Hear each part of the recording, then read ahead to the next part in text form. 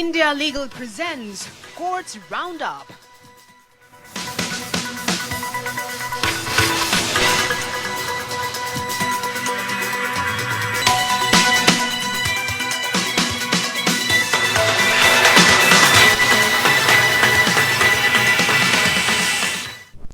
सत्ताईस साल पहले हुई हत्या के एक मामले में सुप्रीम कोर्ट ने पिता पुत्र को बरी कर दिया है। कोर्ट ने हैरत जताई कि न तो मामले में कोई चश्मदीद था और न ही आरोपियों के खिलाफ पुख्ता साक्ष्य थे। फिर भी पहले सेशंस कोर्ट और फिर हाई कोर्ट ने दोनों को उम्र कैद की सजा सुना दी। सुप्रीम कोर्ट ने बेनिफिट ऑफ डाउट के आधार पर दोनों को बरी कर दिया और अदालत का यह भी कहना था कि प्रोसिक्यूशन दोनों के खिलाफ आरोप साबित नहीं कर सका।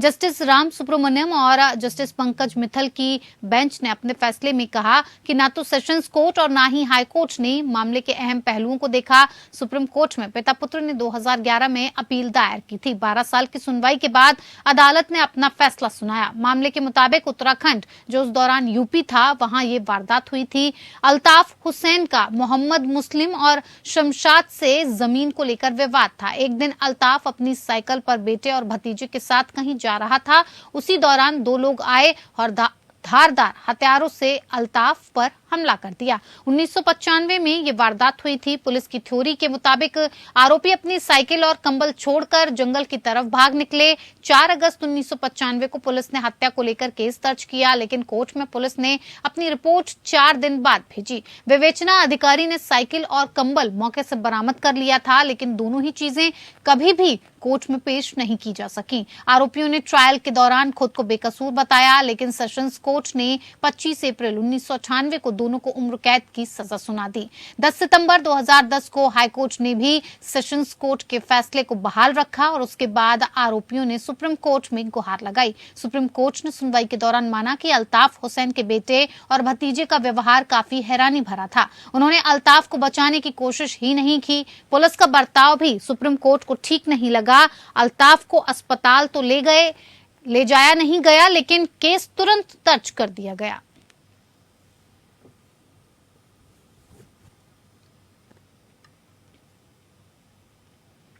इधर मेघालय उच्च न्यायालय ने हाल ही में यौन अपराधों से बच्चों के संरक्षण अधिनियम के तहत अपराध के आरोपी व्यक्ति के खिलाफ मामले को रद्द करते हुए कहा कि 16 वर्षीय किशोर को यौन संबंध के संबंध में सचेत निर्णय लेने में सक्षम माना जा सकता है। न्यायमूर्ति डब्ल्यू डिएंगडोह का विचार था कि उस आयु वर्ग के नाबालिग के शारीरिक और मानसिक विकास को देखते हुए ये विचार करना तर्कसंगत है कि ऐसा व्यक्ति संभोग के कार्य के संबंध में निर्णय लेने में सक्षम है। कोर्ट ने कहा ये न्यायालय उस आयु वर्ग के एक किशोर के शारीरिक और मानसिक विकास को देखते हुए खासतौर पर 16 वर्ष की आयु के नाबालिग का जिक्र करते हुए इसे तर्क संगत मानेगा कि ऐसा व्यक्ति संभोग के वास्तविक कार्य के संबंध में, अपनी भलाई के संबंध में सचेत निर्णय लेने में सक्षम है। अदालत आपराधिक प्रक्रिया संहिता 1973 की धारा 482 के तहत एक याचिका पर सुनवाई कर रही थी, जिसमें याचिकाकर्ता के खिलाफ पॉक्सो अधिनियम 2012 की धारा 3 और 4 के तहत आपराधिक कार्यवाही को रद्द करने की मांग की गई थी। याचिकाकर्ता घर में काम करता था, जहां उसकी नाबालिग लड़की से पहचान हुई और उन्हें प्यार हो गया। 18 जनवरी 2021 को जब लड़की अपनी चचेरी बहन के साथ खरीदारी करने गई थी, तो उसकी मुलाकात याचिकाकर्ता से हुई और फिर दोनों उसके घर गए, जहां उसने उसे अपने माता पिता से मिलवाया। इसके बाद वो याचिकाकर्ता के चाचा के घर गए, जहां उन्होंने रात बिताने का फैसला किया और वहां रहने के दौरान उन्होंने संभोग किया। अगली सुबह नाबालिग लड़की की मां ने याचिकाकर्ता के खिलाफ भारतीय दंड संहिता की आईपीसी की धारा 363 और पॉक्सो अधिनियम 2012 की धारा 3 और 4 के तहत एफआईआर दर्ज करवा दी। फिर याचिकाकर्ता ने मामले को रद्द करने के लिए उच्च न्यायालय के समक्ष वर्तमान याचिका दायर की और इस संबंध में न्यायालय ने विजय लक्ष्मी और अन्य बनाम राज्य प्रतिनिधि मामले में मद्रास उच्च न्यायालय के फैसले पर भरोसा जताया और कहा कि व्यक्तियों के शारीरिक और मानसिक विकास को ध्यान में रखते हुए इस आयु समूह के संदर्भ में मान लेना तर्कसंगत है कि ऐसा व्यक्ति संभोग के संबंध में सचेत निर्णय लेने में सक्षम है। याचिकाकर्ता के खिलाफ कार्यवाही को रद्द करते हुए कोर्ट ने कहा, प्रथम दृष्टया ऐसा प्रतीत होता है कि इसमें कोई आपराधिक मामला शामिल नहीं है।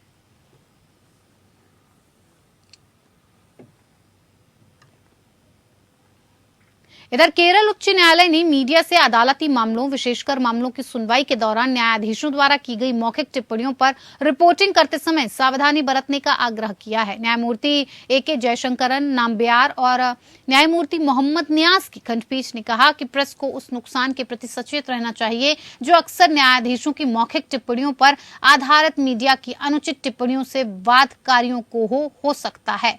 कोर्ट ने कहा अपनी ओर से मीडिया अनुचित टिप्पणियों के माध्यम से वादी की गरिमा और प्रतिष्ठा को होने वाले नुकसान के प्रति बेपरवाह नहीं हो सकता है जो अक्सर न्याय निर्णय कार्यवाही के दौरान न्यायाधीश द्वारा की गई मौखिक टिप्पणियों पर आधारित होता है। पीठ ने इस बात पर प्रकाश डाला कि अदालतें और यहां तक कि प्रधान न्यायाधीश डी.वाई. चंद्रचूड़ प्रिंट और इलेक्ट्रॉनिक मीडिया से अदालत के समक्ष लंबित मामलों पर चर्चा को स्थगित करके संयम बरतने का अनुरोध कर रहे हैं ताकि कानून के शासन को बेहतर ढंग से पेश किया जा सके।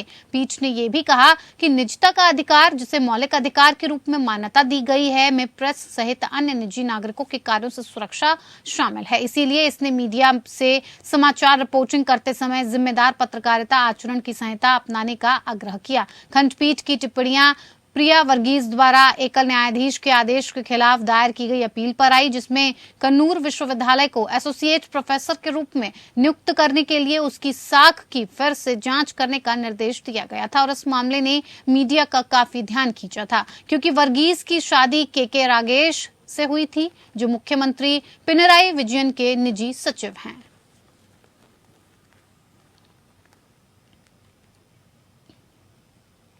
एशिया नेट न्यूज चैनल की मुख्य रिपोर्टर अखिला नंद कुमार ने महाराजा कॉलेज परीक्षा विवाद के संबंध में सीपीआईएम के छात्र विंग नेता पीएम अर्शो को बदनाम करने की साजिश रचने के आरोप में उनके खिलाफ दर्ज एफआईआर को रद्द करने के लिए केरल हाईकोर्ट का रुख किया है। जस्टिस के बाबू की एकल न्यायाधीश पीठ को अभियोजन पक्ष ने सूचित किया कि नियुक्ति की अगली तारीख तक मामले में नंद कुमार के खिलाफ कोई दंडात्मक कदम नहीं उठाया जाएगा। पीएम अर्शो महाराजा कॉलेज में स्नातकोत्तर पुरातत्व के छात्र और स्टूडेंट्स फेडरेशन ऑफ इंडिया के राज्य महासचिव हैं। उन्होंने आरोप लगाया कि भले ही वो तीसरे सेमेस्टर की परीक्षा में शामिल नहीं हुए लेकिन कॉलेज के अधिकारियों ने उन्हें गलत तरीके से पास कर दिया और पत्रकार ने कथित तौर पर कॉलेज के प्रिंसिपल और विभाग समन्वयक के साथ साजिश के तहत काम करते हुए उन्हें बदनाम करने के लिए ये खबर फैलाई। इस प्रकार नंद कुमार और 4 अन्य के खिलाफ आईपीसी की धारा 120 बी आपराधिक साजिश के लिए सजा, 465 जालसाजी के लिए सजा, 469 प्रतिष्ठा को नुकसान पहुंचाने के उद्देश्य से जालसाजी और 500 मानहानि की सजा के तहत मामला दर्ज किया गया है। नंद कुमार ने कहा कि वो शिक्षण नौकरी हासिल करने के लिए एक पूर्व एसएफआई कार्यकर्ता द्वारा अनुभव प्रमाण पत्र की कथित जालसाजी के बारे में रिपोर्ट करने के लिए कॉलेज गई थी और इस साक्षात्कार के दौरान केरल छात्र संघ के अध्यक्ष फाजिल ने आरोप लगाया कि अर्शो को परीक्षा में उत्तीर्ण कर दिया गया जबकि वो परीक्षा में शामिल नहीं हुए थे। अपनी याचिका में नंद कुमार ने दावा किया कि उन्होंने लाइव टेलीकास्ट के दौरान अर्शो के खिलाफ कुछ भी नहीं कहा था सिवाय इस टिप्पणी के कि उनके खिलाफ एक राजनीतिक आरोप लगाया गया है।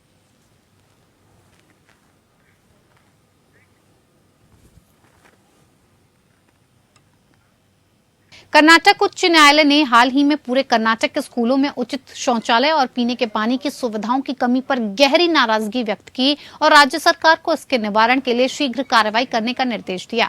मुख्य न्यायाधीश पीबी वराले और न्यायमूर्ति एमजीएस कमल की पीठ ने सुनवाई के दौरान मौखिक रूप से कहा कि स्कूलों में इस तरह के आवश्यक बुनियादी ढांचे की कमी सबसे प्रतिभाशाली छात्रों को भी राज्य और देश की प्रगति में भाग लेने के अवसर से वंचित कर सकती है।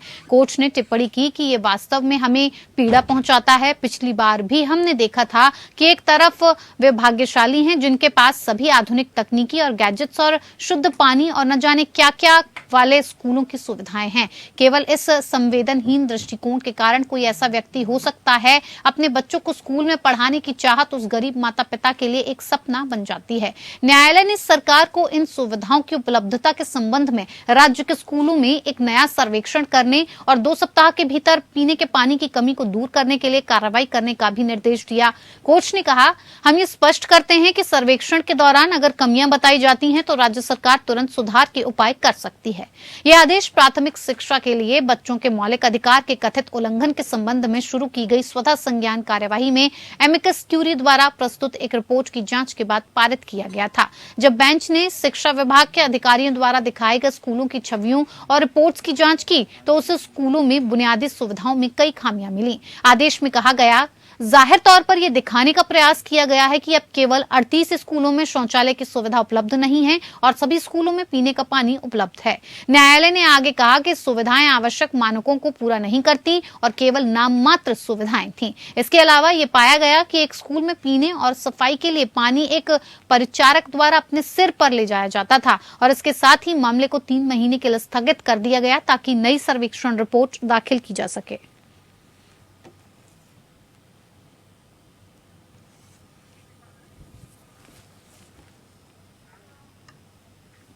मध्य प्रदेश हाईकोर्ट द्वारा जिला न्यायालयों के लिए की जाने वाली भर्तियों में 50% आरक्षण फॉर्मूले को लेकर उपस्थित विवाद में मध्य प्रदेश हाईकोर्ट ने सुप्रीम कोर्ट में अपना जवाब प्रस्तुत कर दिया है। हाईकोर्ट का कहना है कि भर्ती प्रक्रिया के अंत में जाकर योग्यता के आधार पर चयन सूची का निर्धारण किया जाना चाहिए और इससे पहले आवेदन से लेकर पूरी भर्ती प्रक्रिया तक 50-50% आरक्षण का पालन किया जाना चाहिए। मध्य प्रदेश हाईकोर्ट जबलपुर द्वारा जिला न्यायालयों के लिए 1255 पदों की भर्तियों का मामला सुप्रीम कोर्ट में 3 याचिकाएं विचाराधीन हैं, जिनमें हाईकोर्ट की डिवीजन बेंच क्रमांक 2 के आदेशों को चुनौती दी गई है। याचिकाओं में सुप्रीम कोर्ट ने याचिकाकर्ताओं को मुख्य परीक्षा में शामिल करने के आदेश के साथ हाईकोर्ट को कारण बताओ नोटिस जारी करके संपूर्ण भर्ती प्रक्रिया को उपरोक्त याचिकाओं के निर्णय के अध्याधीन कर दिया है। समस्त प्रकरणों की सुनवाई सुप्रीम कोर्ट में 4 जुलाई 2023 को नियत है। हाईकोर्ट की ओर से याचिकाओं के जवाब में डिवीजन बेंच क्रमांक 3 के फैसले को अवैधानिक और डिवीजन बेंच क्रमांक 2 के आदेश को सही बताया गया है।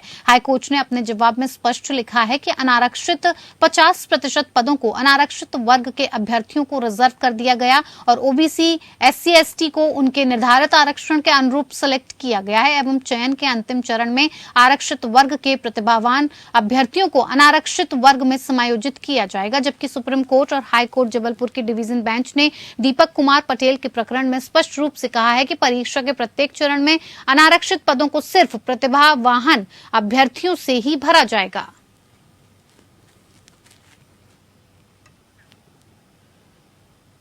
इधर मद्रास हाईकोर्ट ने कठोर उप कानून के कारण मद्रास बार एसोसिएशन को कड़ी फटकार लगाई है। उन उप नियमों के कारण एक सामान्य वकील के लिए एसोसिएशन का सदस्य बनना बहुत मुश्किल है। अदालत ने एसोसिएशन को सीनियर एडवोकेट एलिफेंट जी राजेंद्रन को 2012 में उनके बेटे को एक सीनियर एडवोकेट द्वारा पीने का पानी देने से इनकार करने के मामले में मुआवजे के रूप में 5 लाख रुपए का भुगतान करने का भी निर्देश दिया गया। जस्टिस SM सुब्रमण्यम ने कहा कि एसोसिएशन के उप नियम इस तरह से तैयार किए गए हैं कि सामान्य अधिवक्ताओं को सदस्यता प्राप्त करने में कठिनाई होती है, जिसके परिणाम स्वरूप वर्ग भेदभाव होता है। अदालत ने यह भी कहा कि चूंकि एसोसिएशन अदालत परिसर के अंदर काम कर रही है और मुफ्त बिजली सहित सभी लाभों का आनंद ले रही है, इसलिए सार्वजनिक पैसे का उपयोग करके इस प्रकार के अभिजात्य वर्ग की अनुमति नहीं दी जा सकती। मौजूदा मामला सीनियर एडवोकेट एलिफेंट राजेंद्रन द्वारा दायर किया गया था और जिन्होंने आरोप लगाया था कि उनके बेटे नील राशन को एक अन्य वरिष्ठ वकील PH पांडियन द्वारा MBA हॉल में पानी पीने से रोका गया था। राजेंद्रन ने तर्क दिया कि चूंकि एसोसिएशन जनता के पैसे पर काम कर रही है, इसीलिए अन्य प्रैक्टिसिंग वकीलों को प्रदान की जाने वाली सुविधाओं से इनकार नहीं किया जा सकता।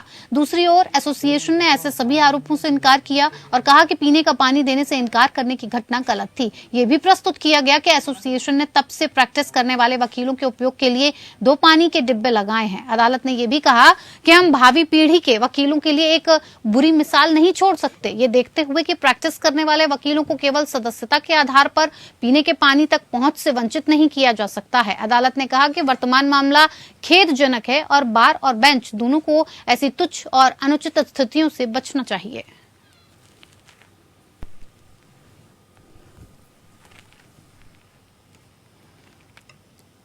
चलिए और अब बात आरोपी के हकों की। संविधान के तहत आरोपी व्यक्ति के कुछ मौलिक अधिकार हैं और ये अधिकार सभी को दिए गए हैं, भले ही किसी व्यक्ति पर किसी अपराध का आरोप हो। इसीलिए जब तक अपराध सिद्ध नहीं हो जाता तब तक अपराध के आरोपी व्यक्तियों के कुछ अधिकार होते हैं। भारत में आरोपियों को ये अधिकार कुछ इस तरह दिए जाते हैं, चाहे सैकड़ों लोग सजा न पाएं लेकिन किसी निर्दोष को कभी सजा न दें। आज इंडिया लीगल के वेब रिपोर्टर आपको इस बारे में कुछ जानकारी देंगे, देखिए इस रिपोर्ट को।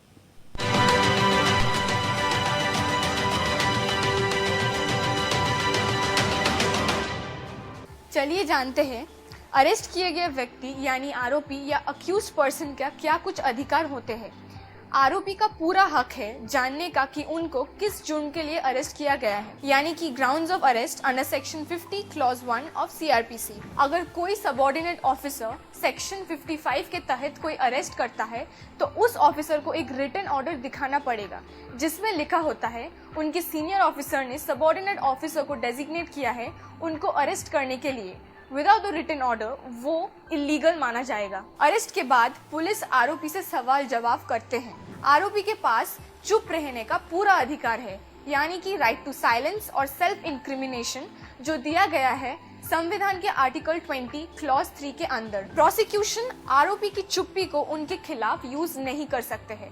अगर अक्यूज्ड कोई बेलेबल ऑफेंस के लिए अरेस्ट हुए हैं तो पुलिस को उन्हें बताना ही पड़ेगा कि वो बेल के लिए अप्लाई कर सकते हैं, क्योंकि कुछ मामलों में अक्यूज्ड को नहीं पता होता है कि उनको बेल मिल सकता है, which is right to be released on bail under section 50 clause 2 of CRPC। Police officer का ड्यूटी है कि वो आरोपी को एक जुडिशियल ऑफिसर के सामने लाए without any delay, which is right to be presented before a magistrate without any delay under section 56 and 76। Unnecessary delay मतलब कोई भी पुलिस ऑफिसर 24 आवर्स से ज्यादा लॉकअप में अक्यूज्ड को नहीं रख सकता है बिना जुडिशियल स्क्रूटिनी के। ये सेक्शन 70 में दिया गया है। आरोपी को मैजिस्ट्रेट के सामने लाना पड़ता है विद इन 24 आवर्स जो सेक्शन 57 ऑफ सीआरपीसी में दिया है। This is done to prevent unlawful arrest. अगर आरोपी के पास पैसे नहीं है लॉयर हायर करने का तो उनके पास राइट है for free legal aid under section 41D। And lastly हमारे संविधान आरोपी को आर्टिकल 21 के तहत अधिकार देता है for speedy and fair trial.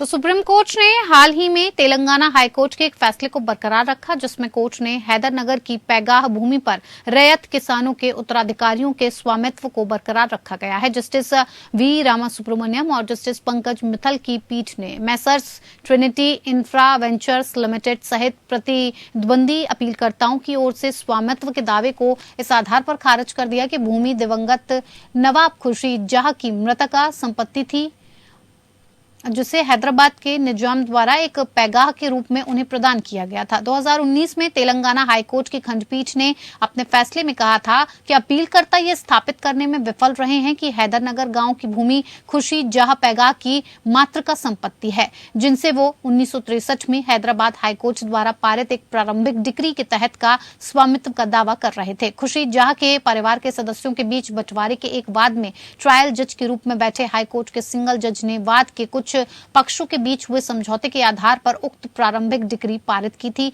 अपीलकर्ताओं का मामला था कि अदालत ने विभाजन के अपने प्रारंभिक डिक्री में फैसला सुनाया था कि हैदरनगर की भूमि मातृका संपत्ति है। हालांकि तेलंगाना हाईकोर्ट ने माना कि हैदरनगर गांव की भूमि जागीर भूमि थी, लेकिन 1948 से पहले रैयतों को खेती करने के लिए पट्टे पर दी गई थी। इसीलिए अदालत ने कहा कि भूमि का स्वामित्व 1948 से पहले ही खेती करने वाले रैयतों को दे दिया गया था, जिन्होंने अपने उत्तराधिकारियों यानी दावा याचिकाकर्ताओं को वैध रूप से स्वामित्व दिया था। हाईकोर्ट ने पाया था कि याचिकाकर्ताओं ने प्रतिकूल कब्जे से भूमि पर पूर्ण अधिकार प्राप्त कर लिया था। डिवीजन बेंच के फैसले के खिलाफ एक अपील पर सुनवाई करते हुए सुप्रीम कोर्ट ने कहा कि अपीलकर्ताओं का पूरा दावा है कि संपत्ति मातृका संपत्ति थी जो कानूनी उत्तराधिकारियों द्वारा विरासत में मिली थी, विफल हो गया है और इस प्रकार इस दलील के बल पर एक डिक्री को क्रियान्वित करने का सवाल ही नहीं उठता। सुप्रीम कोर्ट ने आगे ये भी कहा कि विभाजन के लिए एक साधारण मुकदमे में दर्ज संपत्ति के स्वामित्व से संबंधित कोई भी निष्कर्ष तीसरे पक्ष पर बाध्यकारी नहीं हो सकता है।